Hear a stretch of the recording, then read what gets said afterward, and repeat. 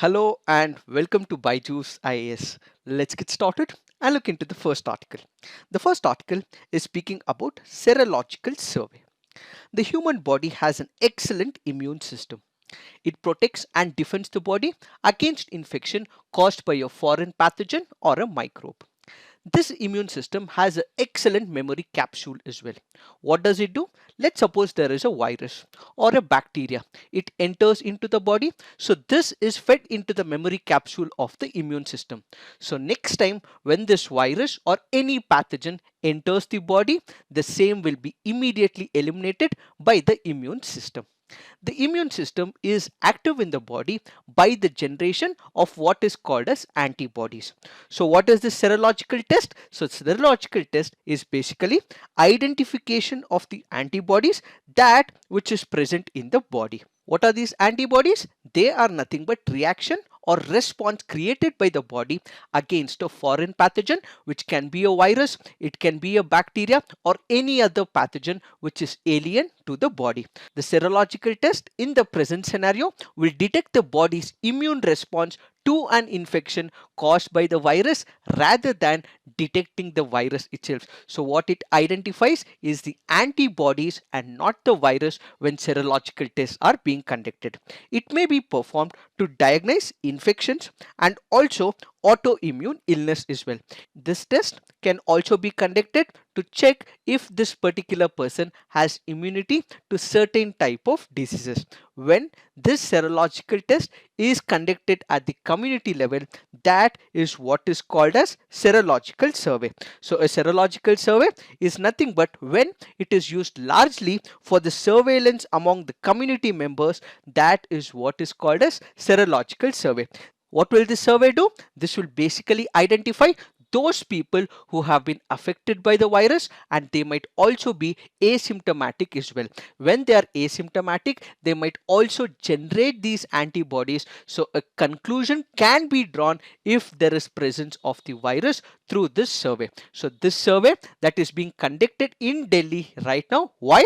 Because there has been massive number of cases that are reporting in Delhi, and as a result there will be a serological survey that will be conducted in the national capital region. How is this done? Let's suppose there are healthcare personnel. They go to this particular area. They find out that there are large number of people who might be infected. So what happens? About 5 milliliters of blood sample would be collected from all these healthcare personnel from the people whom they assume might be impacted. So the blood is collected, it is put in a machine, and immediately the blood and the plasma are segregated. Now the plasma is used to detect the antibodies, and this will help us understand whether they have the COVID-19 or not. It might be present or it might not be present, but what this plasma will reveal is the presence of the antibodies that which is developed against the COVID-19 in the body. Why is this survey important? What is the significance of this? Epidemiologists would be able to understand or determine who has antibodies, find out whether the person has been infected by the virus, whether he is tested positive or he has experienced any type of symptoms through this particular survey at the community level to see if this has spread across the length and breadth of Delhi. The results of the survey would also give a broad indication to the state and the health agencies to draw out a strategy. So what is the strategy we are looking for? What percentage of general population have been infected by this virus? Who are at the higher risk of getting infected? Is it the children? Is it the people who are suffering from already existing diseases, or it is the older generation or the senior citizens who are present in this area? Or what are the areas where this will have to be put into containment zones is what will be decided by the governments as well as the healthcare agencies. That is the significant aspect as to why this survey is being conducted in Delhi. However, there have been certain issue areas as well. These serological tests cannot determine whether someone currently has a coronavirus. It helps to ascertain whether they have been recently exposed to the virus. It will not confirm and say that this particular person has COVID-19 virus, but instead they would be able to come to a conclusion because of the antibodies that is prevalent or it is generated in that human being. This is also not useful for detecting any type of acute infections as well. It is this that we have to understand with respect to this article. Now let's look into the next article. This article here is speaking about ammonia gas leak. What is the context? There was an ammonia gas leak from a pipeline at SPY Agro Industries Limited at Nandyal in Kurnool district of Andhra Pradesh. In this particular backdrop, what we will understand is what is ammonia, what are the advantages for ammonia, where it is employed, what is the concern because of the gas leak, and what are the recommendations given under this article. First, what is an ammonia? Ammonia is nothing but a gas. It has a pungent flavor, it is colorless, and it can also be a toxic gas as well. What are the uses of ammonia? Ammonia is used in agriculture. It is used in manufacture of the fertilizers which is used for the crops. It is also used as a refrigerant gas as well. Similarly, it is used in the manufacture of plastics, explosives, textiles, pesticides and other chemicals which are used in multiple other purposes. So ammonia is a pungent, colorless and toxic gas which is used both in agriculture. Why? For the production of fertilizers and also in the manufacturing of plastic, explosives and other chemicals. What happened in the present scenario? Machines require daily operations. They also require periodic servicing. Why? Because there could be a possibility of wear and tear. Due to lockdown that was imposed, a lot of machines were not operated. This could result in some issues within the machines. In the present scenario, there was a pipeline which burst under pressure while it is being reset for the operation after a lockdown period. So because there was excessive pressure, the pipe burst out. This resulted in leakage of the ammonia gas. What happens with the leakage of ammonia gas? This will have a major impact on the health system as well. This will severely impact the respiratory tract and could act as an irritant as well. It causes immediate burning of the eyes, the nose, the throat and the respiratory tract and can also result in blindness or death if there is inhaling of this ammonia gas to a greater level. This is the major impact. So what are the measures that are taken? So after the LG polymers gas leak that took place in Visakhapatnam, the state government started taking steps. The state government immediately roped in the district collector and the district collector brings in the inspector of factories, electricity department and the AP pollution control board, and they were asked to find out which are the hotspots or industrial area which could result in such industrial accidents. So first thing that they had to do is to identify the hotspots and ensure the due operationability and servicing is done before they are being operated, and all due precautions as mentioned under the standard operating procedure is being undertaken in the near future. It is this that we have to understand with respect to this article. Now let's look into the next article. This article says government approves use of dexamethasone. There was a large study published by researchers in Oxford University. The researchers said that this dexamethasone, when it is being administered to those suffering from COVID-19 and are in critical position, it has reduced the mortalities. Because there is a positive research that has come out from the Oxford University, India has now included this drug under the clinical management protocol of COVID-19. What is this clinical management protocol of COVID-19? This is nothing but a document. It is a document which is given to the healthcare personnel where they would be able to refer this document for their reference. So the Union Ministry of Health and Family Welfare has said that this dexamethasone can be given to severe COVID-19 patients in place of another steroid called as methylprednisolone. So what was being administered right now will be having a replacement in the form of dexamethasone. What is this dexamethasone? This is nothing but a corticosteroid.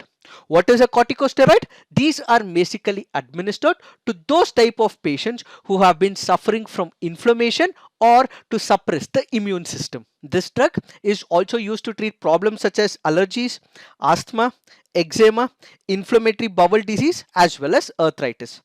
How does it work? Why is this drug administered to the critically ill patients of COVID-19? A drug which can reduce inflammation, which can suppress immune system. Why is it being administered to the COVID-19 patients? As we initially discussed, when there is a foreign pathogen entering our body, we have our immune system which can react and produce antibodies. But when there is overreaction of the immune system, this could be fatal to the body. So there is antibodies, there could be immune system that is operating, but when it is overreacting, this could ultimately harm the body as well. So whatever generation has to be minimal, that is required to fight that particular infection, but when it is overly reacting, what could result is fatal for the body. So this can result in excessive immune system activities, or this can also create inflammation in the body.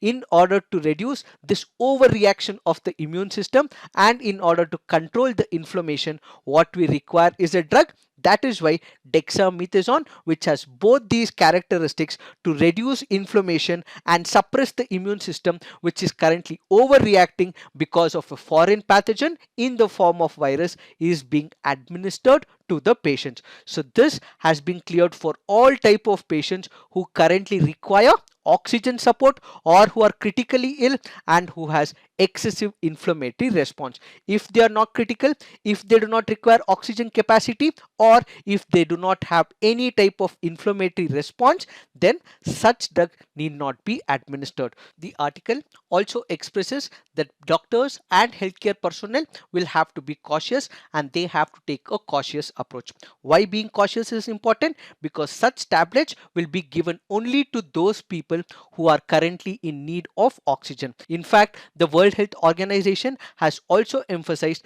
this drug can only be administered to those type of patients who are in severe or critical condition, and when it is being administered, this will require supervision by the doctors and the healthcare personnel as well. And at the same time, the All India Drug Action Network, which is a body which represents the non-governmental organization which is providing all type of necessary requirements for the people suffering from COVID-19, has also written to the center. What is the concern that it has voiced? It has asked the center in a letter a very simple question. How is that these drugs are being given permission? What are the various steps that are being followed, and who is the approving body for the COVID-19 drug? A simple question as to what are the protocols that are being followed for the approval or for the testing of the drug is being given by this All India Drug Action Network, and this is written to the central government. Why is this important? Recently, we had also discussed in our editorial discussion about one of the drug being given the permission in India, and that is with respect to favipiravir. What is the concern here? The concern is when you look at the studies, the United States of America has not accepted it. The United Kingdom has not accepted it. There were only few countries like Russia and China which has given permission for administering of this drug to the patients. While you have the clinical trials which is still not established about this efficiency of the drug, why has the Indian government given permission to this drug is what is being asked to the central government. It is this that we have to understand with respect to this article. Now let's look into the next article. This article says tuberculosis during COVID-19. The COVID-19 pandemic has currently overtaken every other health issue throughout the world. Other health issues like the heart diseases, neurological diseases, tuberculosis and multiple other diseases which have been haunting the humanity has been completely neglected, and the entire humanity has been only focusing on COVID-19 right now. What happens because of this? Resources that were once being catered to the heart issues, tuberculosis or any other issue for that matter is currently sourced only to the COVID-19. Doctors who were working, healthcare personnel who were working for other diseases are currently being pushed to serve in the COVID-19 areas. So what it means is that this particular issue of COVID-19 has taken away all the resources that were once given to other diseases. So COVIDization of the health system has also impacted the tuberculosis patients. So the tuberculosis control program are strained due to diversion of resources because of COVID-19. Unfortunately, the tuberculosis patients are the major sufferers. As much as people are dying in COVID-19, there could be a possibility of tuberculosis patients who may pass away if right measures are not taken, is what this article all about. Let us understand in detail. Tuberculosis is caused by a bacterium called as Mycobacterium tuberculosis. It usually infects a patient's lung. In fact, it may also infect other body parts as well, as this is an airborne disease. How does it spread? Like COVID-19, this is a highly infectious disease. It spreads from one person to another. How? Through the infected droplets which are ejected from a person who is suffering from tuberculosis. Let's say, for example, there is a person who is already infected with tuberculosis. He happens to speak to another person. He sneezes, coughs, or even sinks. So when there is ejection of this water droplet from his mouth, that is when this can impact another person as well. What are some of the symptoms of tuberculosis? This includes bad cough, which can be prevalent for about 3 weeks. Then there is coughing up of blood, weight loss, weakness, fatigue, chest pain, chills, and fever as well. So let's look at some of the statistics with respect to tuberculosis. According to annual report of National Tuberculosis Elimination Program, India reported over 24.4 lakh tuberculosis cases in the year 2019 and notified more than 79,000 deaths due to severe bacterial disease.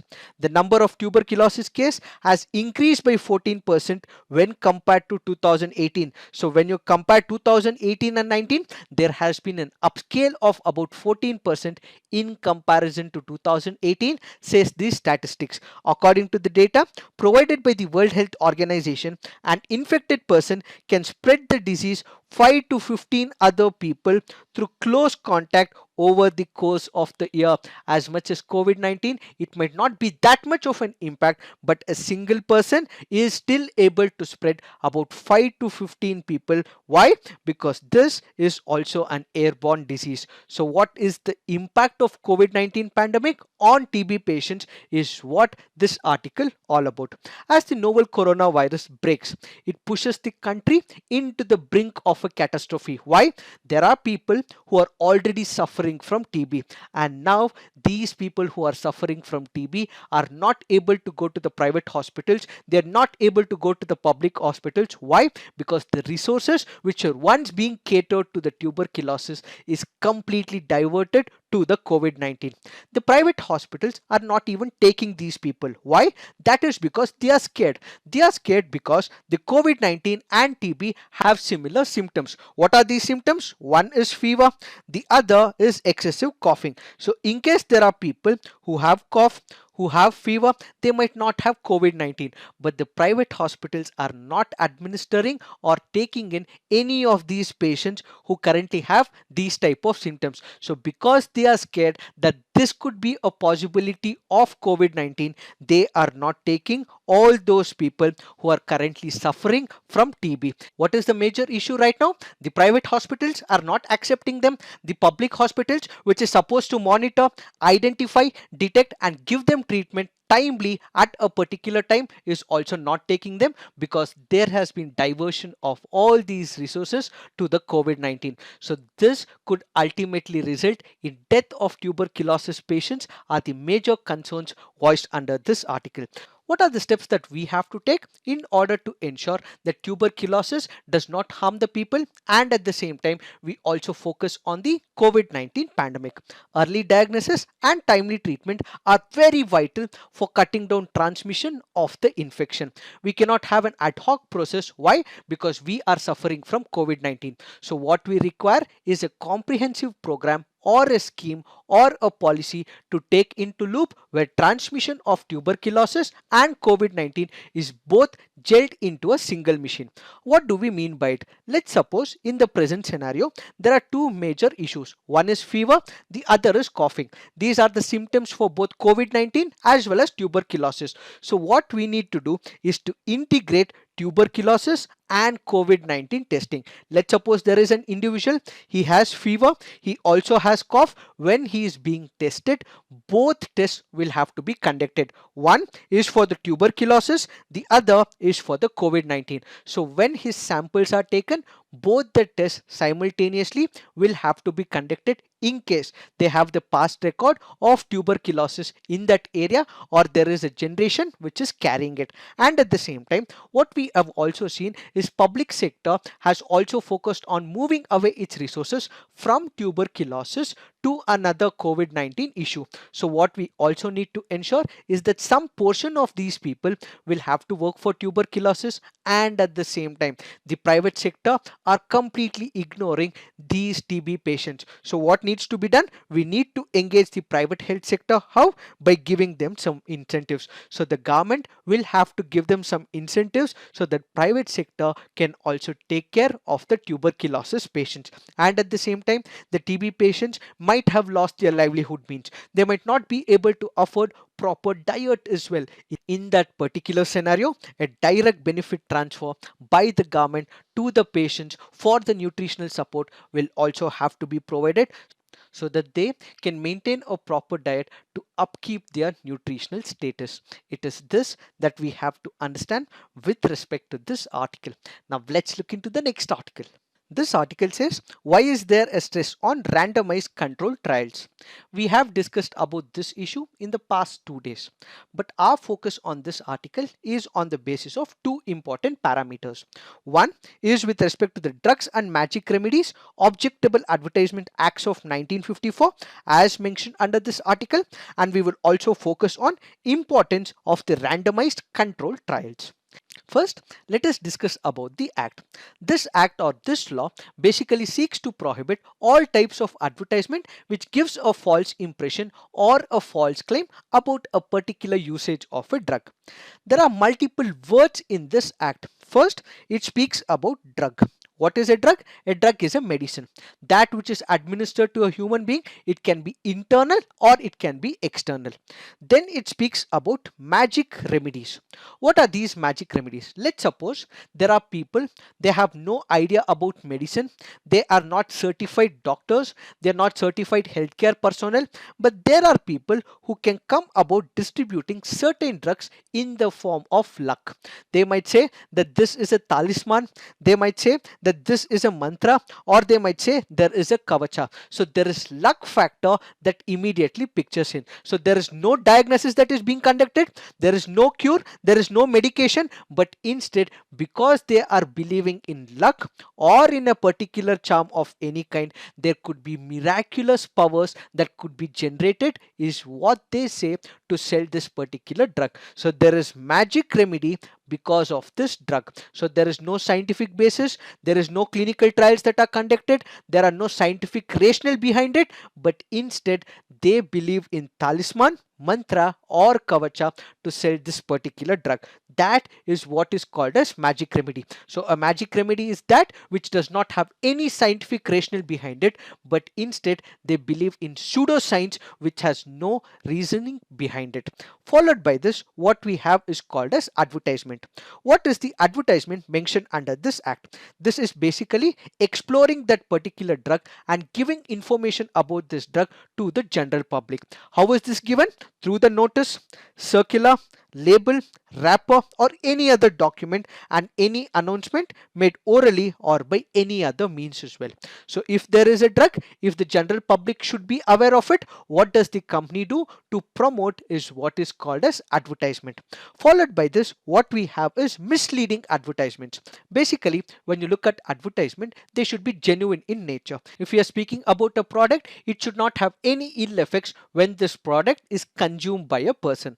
But if the same drug is advertised directly or indirectly, giving a false impression regarding the true character of the drug, or makes a false claim about this particular drug, or gives a misleading information about a particular material that which is present in the drug, that is called as misleading advertisement. So a misleading advertisement basically means it might not serve the purpose, but you send a wrong information, give certain lies, and ultimately prove it that it is actually worth taking this drug.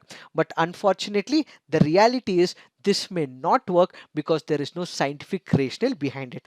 Now, if there is a drug which is being administered which has ill effects, that which has no scientific rationale, and it is being promoted by a company or an individual, then penalty will be imposed on an individual or the company, says the act. So what is the penalty in case there is a person who contravenes or goes against this act? If it is an individual and it is for the first time that he is getting convicted, he might be imprisoned for about 6 months, and this can also have fine as well. So an imposition of 6 months in prison and with a fine can be imposed on this person for the first conviction. And in case there is any successive conviction or subsequent conviction, there would be imprisonment which may extend up to 1 year, or there could be fine, or there could be both as well. This is with respect to the individual. But in case it is a company which has violated these provisions of the act, then every person who is in charge of taking this decision with respect to the company will be held guilty as well. In case that person has to prove that he is not guilty, then he should show that he is not part of the decision making, and at the same time they have taken all due diligence with respect to the advertising, but there has been some issues somewhere also has to be proved. In case that person has to be absolved from this inquiry with respect to the company. These are some of the penalty provisions with respect to the individual as well as with the company as well. Now let's look at some of the examples where the government has imposed penalties in the past. In the year 2016, the Maharashtra Medical Council of India had suspended for about 3 months registration of a couple running an IVF clinic. What did they do? They made promises of guaranteed pregnant on their website and even offered refund if the treatment failed. This is in violation of the Drug and Magic Remedies Act, and that is the reason they were penalized for about 3 months. In the year 2019, the Travancore Cochin Medical Council had even suspended for a month the registration of a doctor. Why? Because he was guilty of violating the act. What did he do? He came up with what is called as oral drops. In Malayalam, it was called as Tulimarunu, where he said that these drops, when administered to the patient, would cure various ailments through this treatment. But this is again a violation of this act. Why? Because this is a false claim. So because there has been a violation, again he was suspended and he was asked to suspend his activity for about 1 month. And what we have to ensure in the future is that there have been number of organizations and NGOs which have voiced their opinion against this particular act. Why? Because this was introduced in the year 1954. So this is an old law, and that is why they have been criticizing. Why? Because it is not being changed with respect to changing times. The Advertising Standard Council of India has also voiced its opinion to the central government about this decade-old law as well. It has said there have been number of people who are voicing their advertisements in the form of asthma, cancer, diabetes, increased height, obesity, and sexual performance, and nothing has been imposed on them. So what it calls for is change in respect to this law and bring new changes and amendments with respect to this law is what the Advertising Standards Council of India has also said the central government. This is about the first issue of Drug and Magic Remedies Objectable Advertisements Act of 1954. Now let's look at randomized controlled trials. What are these randomized controlled trials? As the very name denotes, they are very random in nature, but they are controlled trials. They are prospective studies that measure the effectiveness, the efficacy about a particular drug that is administered to the patient. There are two types of people under this experiment. Let's suppose there is a group called as X, there is another group called as Y. What happens under this study? There is a drug, there is active component in the drug, there are chemical reactions that are already present in the drug. This is administered to a group called as X. Then there is another group called as Y. There is no active ingredient in it. There are no chemical reactions that will surface in that drug, and what we have is called as placebo effect. So a placebo effect is nothing but a drug with no active component, but it can just be a sugar pill. After this is administered to one group called X, the other group called Y, what happens? There is constant monitoring. This monitoring can be on the hourly basis, it can be on a daily basis, or it can be on a weekly basis to see if there is any change with respect to their activity. So they will check if this particular medicine which is administered to the patient is working out with respect to the chemical formula or the active component. If it works out, every statement, the reaction, the mortality and impact with respect to X will be taken into the picture. Kindly note, the patients here will not know who will be given the active component and who will not be given the active component. So there are one set of people who would be given the placebo pills which does not have active component, but only those people who are conducting this experiment will have a track about its impact. So after a considerable period of time, statistics for the same will be extracted and the same results of the experiment will be published on the paper for the scientific community to verify from this experiment. What are the advantages with respect to the randomized control trial? This randomization reduces the bias. The systematic error which can be seen in experimentation while it is being conducted in different groups can be comparatively reduced. Why? Because people are administered the same drug is what they assume, and so there will be no psychological changes, and what we will have is reduction in the bias. And at the same time, randomization also ensures that people in the each group have a similar set of characteristics as well. What do we mean by similar distribution or characteristics? When we are conducting this experiment, we usually select people of a similar age group. It can be 25 to 30. What we will not have is children being compared to the adults or adults being compared to the senior citizens. So what we pick up is people of similar age group. So when there are results that are given, statistics that are derived from it, what we will have is correct judgmental experimental outcomes and not differences as there is similar age group. These are advantages with respect to the randomized control trials, but there are disadvantages as well. What are these disadvantages or drawbacks with respect to the randomized control trial? High cost in terms of time as well as money. This is experimented from people across the world. So this will require experimentation. This will require people who are employed to conduct this activity, and this is spread across the length and breadth of the world. So what it will require is money that is infused to conduct this experiment, and at the same time lot of time is taken to tabulate these results. That is the major concern. Participants that volunteer to participate in this particular experiment can have different degree of immunity. There could be people from the same age group, but they could be people who have different immunity levels. I might be from age 25 to 30, you might be from the age 25 to 30, but our immunity levels varies. So as a result, because of this immunity level, there could be a possibility where the data or statistics that is generated from this experiment can go wrong as well. The third issue is what is called as confounding. What is this confounding? This in number of experiments may be ignored. How?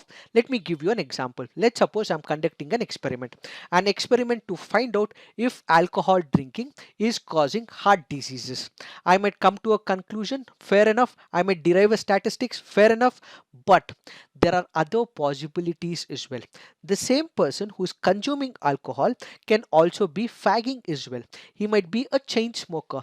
This impact of smoking I may not consider. So there could be a possibility where a person who is suffering from COVID-19 can have other ailments as well. There might be other issues with that person. Is it considered in most of the experiments is another question that is being asked. So COVID-19 patients is not only COVID-19, he may have other ailments, and such derivatives sometimes is not considered, is what is called as confounding, and as a result this randomized control trial can also generate false data, says the article. Further, according to this article, it makes a mention of randomized evaluation of COVID-19 therapy, which is also called as recovery trial. What is this recovery trial?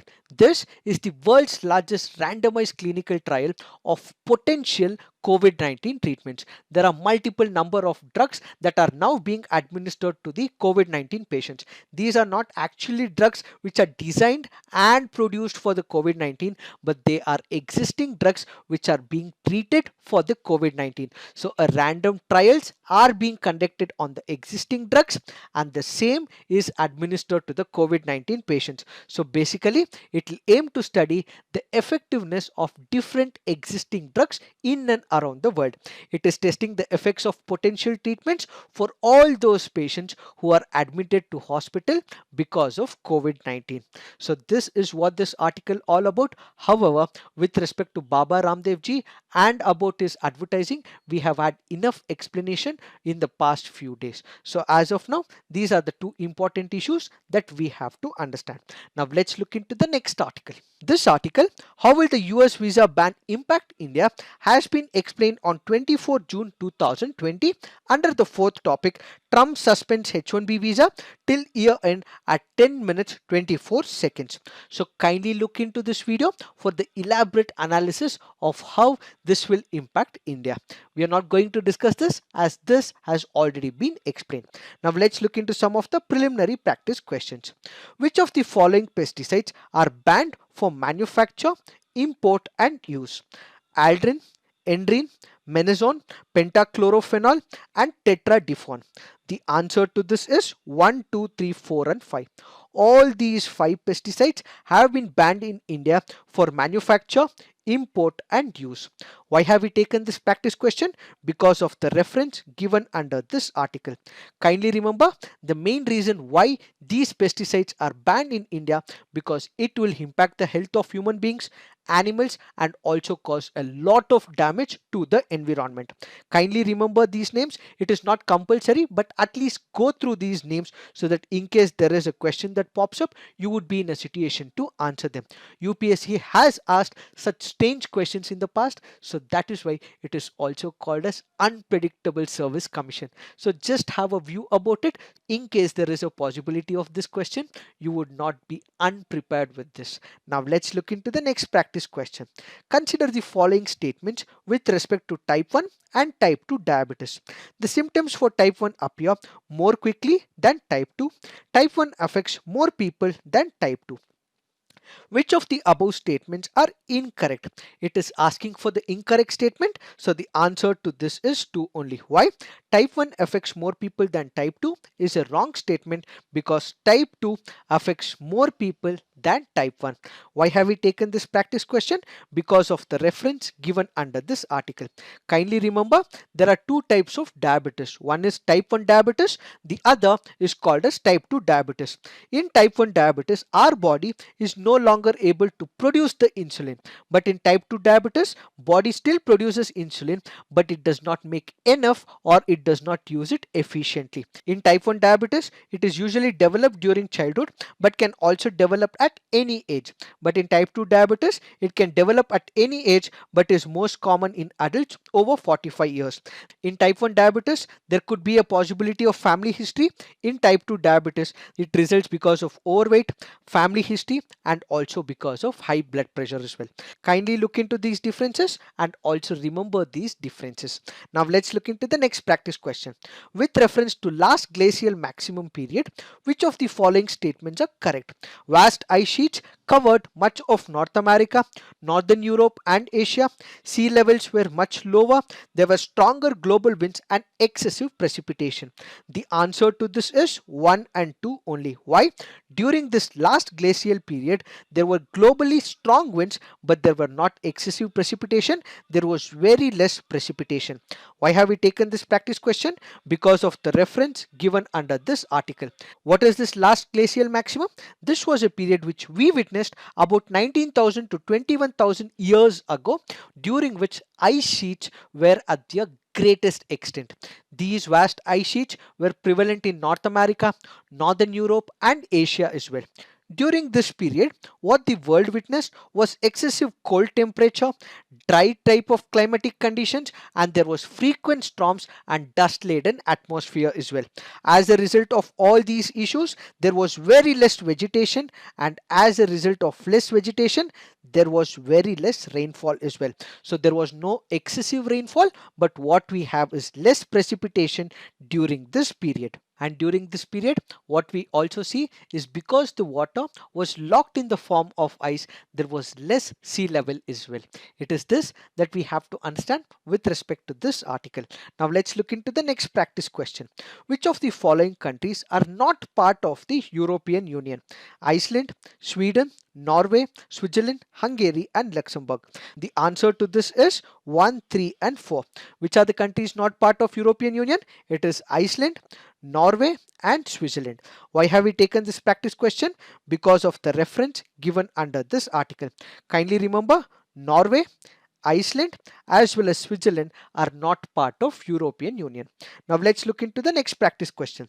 In the context of development in bioinformatics, the term transcriptome, sometimes seen in the news, refers to the full range of mRNA molecules expressed by an organism.